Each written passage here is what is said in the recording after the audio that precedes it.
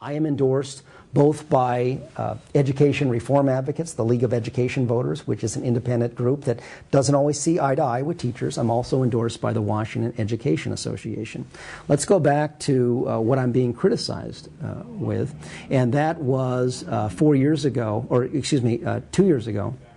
voting to suspend I-728, which has to do with class size reduction funding. We reduced that by 75%, and then the rest of the money went away in this particular budget.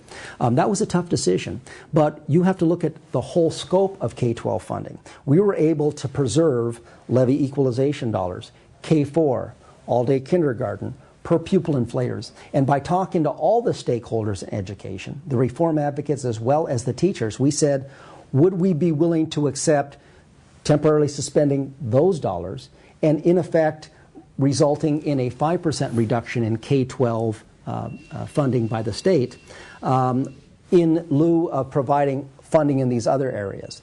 I've heard my opponent suggest that he would not support those reductions, yet I have not heard him say how he would backfill $750 million of additional funding. That's $733 million that would have to be provided. So here on one hand, I'm being charged with spending too much money, but on the other hand, I'm being charged with being part of some tough decisions to make some tough budget cuts, try to mitigate them as much as possible.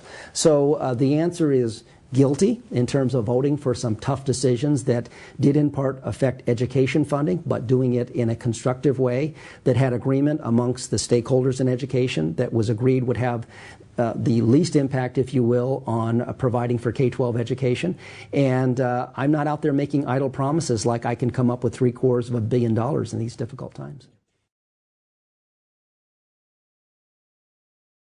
You know, right now, on average, the state spends almost $11,000 per student in education, in the K-12 system. So you got to think if that's more than $250,000 going into classroom, there's plenty of money there to reduce class sizes. Unfortunately, the way the current legislature and my opponent support education is it's trying to support the status quo of what the teachers union wants. Right now, only 50% or less than 50% of education spending actually goes into the classroom. You know, it's a nearly 1-to-1 ratio of folks working in the classroom employed by our education system to folks working outside. In Japan, France, in Australia, there's 4 teachers for every 1 non-teacher. So I'd like to see more resources taken out of administration and more of a focus on the classroom, and I think there would be the money there available to do that. Our education needs to be focused on classroom instruction and on those students, and we're spending too much money outside the classroom and on the entire system. So, you know, it's interesting. I have, you know, on the education piece, I have my opponent's WEA Teachers Union questionnaire here, and it is down the line the status quo of what the teacher union wants. And it's interesting that it commits almost $6 billion in new funding for the state. And you think about the budget system that we're already in. We're already going to be $4 billion as an estimate in the whole next year. And my opponent has committed to the teachers union $6 billion on top of that.